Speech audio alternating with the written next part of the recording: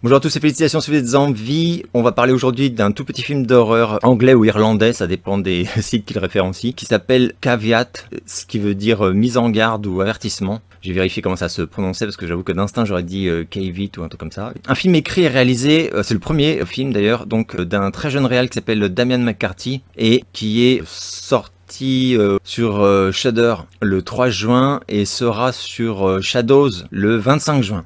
Donc voilà, et d'ailleurs je sais plus où j'avais lu que Shadows était une filiale, enfin était la branche française de Shudder, mais sauf erreur, non pas du tout, il y a aucun lien, enfin aucun lien à part, c'est vrai que les deux logos se ressemblent énormément, même à la prononciation Shudder Shadows, le thème est le même, enfin bon voilà c'est très proche, mais je ne crois pas, que Shadows rende des comptes à Shudder. C'est donc son premier film, je crois que je l'ai dit. Jusque-là, il avait fait des courts-métrages. Il a commencé à faire des courts-métrages en 2009, donc ça fait un petit moment. Et d'ailleurs, ces courts-métrages, je les ai pas encore regardés, mais j'ai vu en préparant cette vidéo qu'ils sont en ligne sur le YouTube du réal. Donc je mettrai le lien en commentaire. Et j'irai les voir, je pense, ce soir. Alors ce film, il est très particulier, il a plusieurs particularités. L'une est son tout petit budget. J'ai lu plusieurs interviews, évidemment, comme je fais souvent, du réal. Et il explique que là, réellement, il a même travaillé le film en fait en fonction, enfin l'écriture de film en fonction de ses moyens. C'est-à-dire que voilà, pour pas se retrouver piégé comme un con, sachant qu'il n'avait pratiquement aucun moyen. Donc c'est par du relationnel ou des moyens, des possibilités en fait techniques ou géographiques qu'il avait déjà à portée de main, qu'il a conçu l'histoire et développé, etc. Alors personnellement, les critiques sont globalement très bonnes, ce qui fait super plaisir. Il y a quand même certaines critiques qui sont négatives, de gens qui n'ont vraiment pas du tout aimé. Mais moi j'y suis allé assez prudemment, j'avais pas d'énormes attentes, et au final j'ai passé 1h30 dans un état de tension et par moments même de flip, quoi, qui était très loin de ce que j'avais ressenti, par exemple, devant Conjuring 3, pour faire un petit parallèle, où j'ai juste dormi et ricané, quoi. Alors le pitch, il est assez simple et en même temps il est très fort.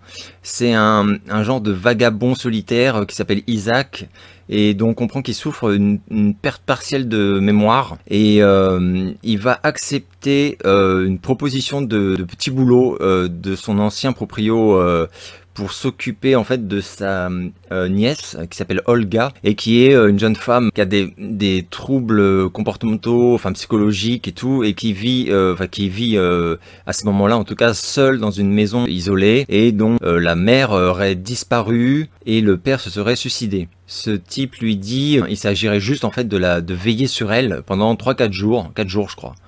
Et il serait payé 200 livres par jour. C'est un peu étrange. Il va accepter tout en étant assez méfiant, et dès qu'ils vont arriver sur place en fait, les mauvaises surprises vont se multiplier.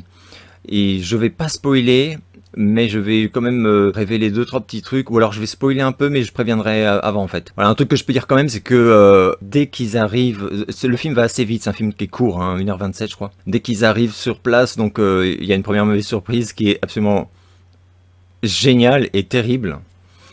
Et ensuite une deuxième mauvaise surprise liée aux conditions. La première mauvaise surprise, ça concerne le lieu. Et en fait j'ai vraiment pas envie de le dire. Alors ouais, j'ai vu le film sans voir la bande-annonce, donc en fait ça se trouve c'est révélé dans la bande-annonce, mais je le sais pas, et moi je le savais pas du coup, et en fait j'ai été surpris comme le mec, quoi. Mais c'est génial. J'ai énormément aimé le pitch déjà, ce que je viens de raconter. Déjà, pour moi c'est un truc, déjà ça me fait flipper dès la base, quoi. Et j'ai adoré les acteurs et les actrices. Il y a 2 acteurs, 2 actrices. D'ailleurs, j'avais noté leurs noms parce que ils sont totalement inconnus, mais ils sont tous excellents. Alors, on a Jonathan French qui joue Isaac et qui est extraordinaire. Et vraiment, il est parfait, mais parfait. C'est incroyable. Il m'a vraiment impressionné. Et on a aussi Layla Sykes, Ben Kaplan, Connor Dwayne, j'avais noté un petit peu. Alors qu'est-ce qui m'a tant plu dans ce petit film? Eh bien déjà, sa tonalité.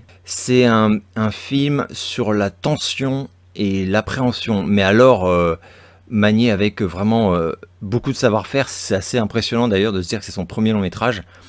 C'est un film anti-jumpscare, et alors là, putain, qu'est-ce que ça fait du bien. Donc c'est pas la peine d'attendre Enfin, c'est pas un film qui cherche à te faire sursauter à grands coups de musique à fond, avec un truc qui apparaît d'un coup. Enfin, c'est l'inverse, c'est de la tension tout le temps. C'est extraordinaire et ça t'épuise. C'est aussi un film sur la claustrophobie. Alors, il y a une scène terrible sur la... mais vraiment une scène vraiment flippante, hein. Il y a 2-3 scènes flippantes, mais alors il y en a une qui est vraiment balèze, et qui est d'ailleurs assez poétique en même temps, quand on y repense. Parce que c'est un film auquel tu repenses, enfin moi en tout cas j'ai pas mal repensé depuis que je l'ai vu, et c'est une scène, voilà, donc je veux pas spoiler, mais c'est une scène d'isolement total vers vraiment la toute fin, et elle est atroce. Alors sinon vraiment le film est tellement fait de bric et de broc, mais ça se voit pas du tout. C'est assez étonnant en fait, c'est vraiment quand on se renseigne un peu qu'on découvre ça. Donc il y a ce lapin qui est sur l'affiche, l'affiche est ignoble, hein. Par contre je suis vraiment déçu de cette affiche. Il y en a 2-3 qui existent, elles sont toutes horribles, et elles sont toutes quasiment, enfin de celles que j'ai vues avec ce lapin, et dont d'ailleurs le réal raconte que c'est un lapin en peluche qu'il a acheté sur eBay il y a des années en fait, et ils l'ont un peu customisé pour le rendre un peu crade et glauque, ils l'ont changé les yeux, etc. Je trouve ça dommage parce qu'en fait quand tu regardes l'affiche tu te dis que c'est un film qui est fauché, c'est sûr, mais qui est moche. Enfin, je trouve, hein, c'est tout à fait personnel. Alors que l'image est très belle, c'est vraiment très beau, le film est beau, c'est super beau, la photo est super belle, mais vraiment, ça m'a rappelé plein de films de fantômes et d'appréhension. C'est pas dans l'ambiance, hein, je parle pas de l'histoire, mais il y a un côté jeu du chat et de la souris aussi qui fonctionne tellement bien. Alors donc il y a vraiment des gens qui ont décroché assez vite visiblement, mais je tiens à dire que si vous avez pas décroché au bout d'une demi-heure, vous allez mais surkiffer, je pense. Jusqu'à la fin.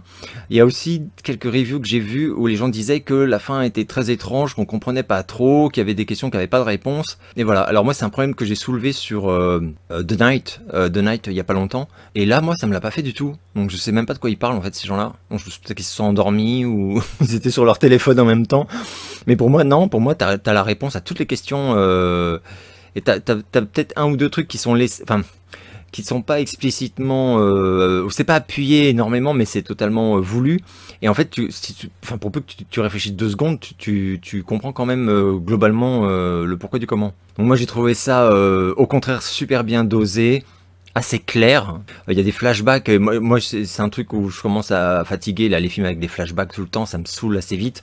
Et là il y a des flashbacks, et les flashbacks c'est parmi les mieux maîtrisés que j'ai vus depuis pas mal d'années. Ils sont parfaitement dosé, c'est court, très clair et très pertinent. C'est pas fait du tout pour rallonger le film ou te meubler. Et en plus, ça te sort très brièvement à chaque fois de ce truc en milieu clos, oppressant, totalement asphyxiant, etc. Mais juste le temps de t'y refoutre juste après, et du coup, c'est encore pire. C'est excellent. C'est un film que j'ai assez envie de revoir assez rapidement, parce qu'en plus il est pas long. Parce que je pense qu'il est avec deux visionnages, c'est pas trop, je pense. Enfin voilà, un vrai coup de cœur. Sincèrement, il est pas parfait. Il y a vraiment, on pourrait citer des petits reproches et tout, mais honnêtement, quand tu vois les boosts qu'on s'est tapé là, enfin, j'ai même pas parlé de Sans un bruit 2, mais enfin sérieusement les gars quoi. Enfin puis bon, donc Conjuring 3.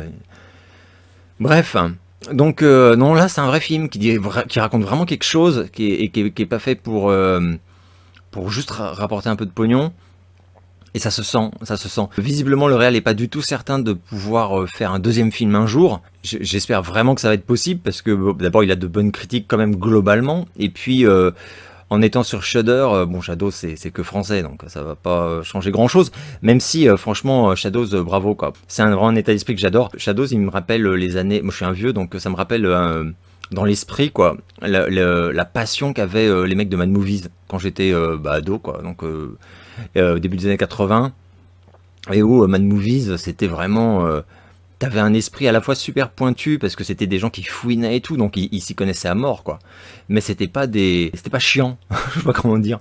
C'était des passionnés en même temps, quoi. Vraiment des passionnés, comme des potes. Et là, t'as l'impression que Shadows, même les choix de films, la façon dont ils communiquent aussi, t'as vraiment l'impression que c'est comme une bande de potes, quoi. Voilà, quoi, qui sont passionnés et en même temps hyper sérieux et tout. Et je pense d'ailleurs que, à ma connaissance, c'est une exclue Shudder pour l'étranger. Si Shadows l'avait pas pris pour la France, le film n'aurait pas d'exposition parce que enfin, sauf miracle, je pense pas qu'on va l'avoir en DVD français. Enfin, on sait jamais, hein, mais je serais extrêmement surpris. Alors par contre, voilà un petit film que je vais acheter, par exemple en import ou je sais pas. Enfin, dès qu'il sera en DVD, je vais l'acheter, c'est sûr. Voilà. Bref, je vous le conseille vraiment fortement. Donnez-lui sa chance. C'est un film, je pense, dont je me souviendrai un petit moment. Et voilà. Et avant je vais quand même peut-être me faire une petite partie spoiler, sans trop en dire non plus. Mais bon, juste pour parler quand même de quelques éléments qui m'ont énormément plu. Et si je les cite, ça va vous spoiler des trucs quand même. Mais vraiment, enfin, pour conclure, le film est intelligent. Il est extrêmement bien interprété. La photo est super belle. Le timing est parfait. Il y a le personnage de la mère, donc je ne spoil pas, mais comme le personnage de la mère qui est énorme, visuellement aussi, quoi. Voilà, j'espère que vous allez bien et je vous donne rendez-vous pour une prochaine vidéo. Et si vous restez, j'estime que vous avez vu le film ou que vous voulez être spoilé. Bon, modérément, parce que moi de toute façon j'aime pas trop les trucs où ça défonce tout, donc c'était juste que je voulais quand même citer 2-3 trucs qui m'ont vraiment énormément plu. D'abord, ce qui m'a énormément plu, c'est donc ce personnage de Isaac, sa façon d'être. C'est quelqu'un donc qui est KO debout, qui est en même temps un peu pas parano, mais bah, il se remet d'un traumatisme, hein, clairement.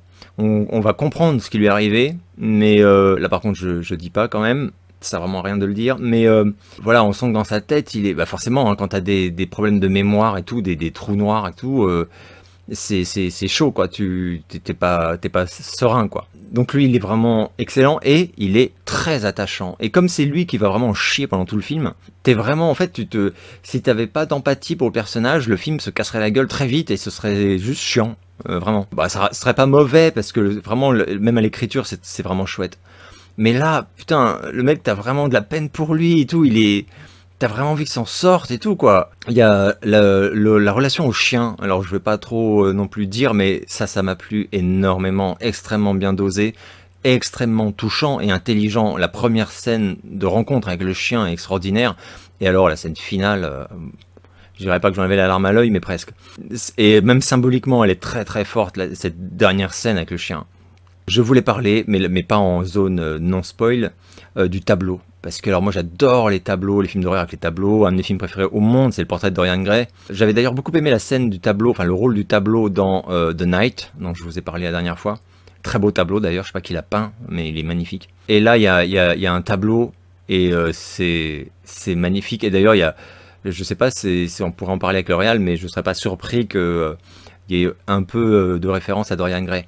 Parce qu'il y a une altération du tableau, on va dire. Toute la séquence avec le tableau, en plus, il réussit à la rendre flippante. C'est pas flippante, genre tu sursautes, parce que justement, c'est un film anti-jumpscare. Mais il y a un malaise, t'es dans l'appréhension. Moi, franchement, j'étais pas bien, quoi. Scène du tableau remarquable, la scène de la mère d'Olga, quand elle est vivante, mais folle, à table. Terrifiante, mais cette actrice, honnêtement, enfin... Pour moi, quoi, tout ce que entreprend le réal fonctionne. Ça fait vraiment plaisir à voir, quoi. Et les idées sont excellentes. Le harnais, au début, tu te dis, mais ne mets pas ce putain de harnais, quoi. Et d'ailleurs, ce que j'ai regardé le film avec ma chérie, j'ai dit, non mais putain, mais ça par contre, c'est pas bon, quoi. Personne ne mettrait le harnais, quoi. Et elle m'a dit, détrompe-toi, si, des gens mettraient le harnais, quoi. Et donc en fait après je me suis dit ouais elle a raison en fait. Et du coup c'était le seul petit reproche que je faisais en termes de crédibilité. Je me disais non mais n'importe qui se refuse et se barre quoi. Et en fait malheureusement non, c'est pas forcément vrai. Et quelle idée géniale. Sans parler du bruit, le bruit de la chaîne, enfin des chaînes qui traînent comme ça. Autre idée de génie, les hurlements des renards, enfin les cris des renards, dont d'ailleurs le type lui dit on peut les confondre avec des cris d'adolescentes. C'est excellent. Et l'autre est là un peu sceptique par la comparaison, quoi. Et il lui dit, vous n'avez jamais entendu des cris d'adolescente? En fait, alors c'est un petit film où, franchement, plus j'y pense, plus j'apprécie sa qualité d'écriture, de tout, mais tout. Et donc, ce que je voulais pas dire tout à l'heure, c'est l'île. Voilà, parce que lui, il arrive. Et déjà, il était pas trop chaud pour tenir compagnie à une meuf qui est visiblement déséquilibrée et qui a des problèmes la nuit et tout. Enfin, dans une maison isolée, la mère a disparu, le père s'est suicidé. Enfin, ça se fait moyennement vie quand même. Mais donc il arrive et il découvre que c'est sur une île, mais une île minuscule, hein, c'est voilà, c'est mais quand même. Et donc ils prennent une petite barque et tout et dit non mais comment on fait si enfin c'est chaud, vous m'avez pas dit que c'était isolé et tout quoi. Et le mec il fait oh non mais c'est quoi le problème et tout, et le mec dit je ne sais pas nager. C'est excellent. Excellent, c'est génial. Ça ressemble, en fait, ça m'a rappelé les vieux films d'horreur, mais très vieux, des années 40-50. Bref, je vous le recommande énormément. N'hésitez pas à me dire, quand vous l'aurez vu, ce que vous en avez pensé. Donc je rappelle que c'est le 25 juin sur Shadows. J'espère que vous allez bien, donc, et je vous donne rendez-vous très bientôt pour une nouvelle vidéo.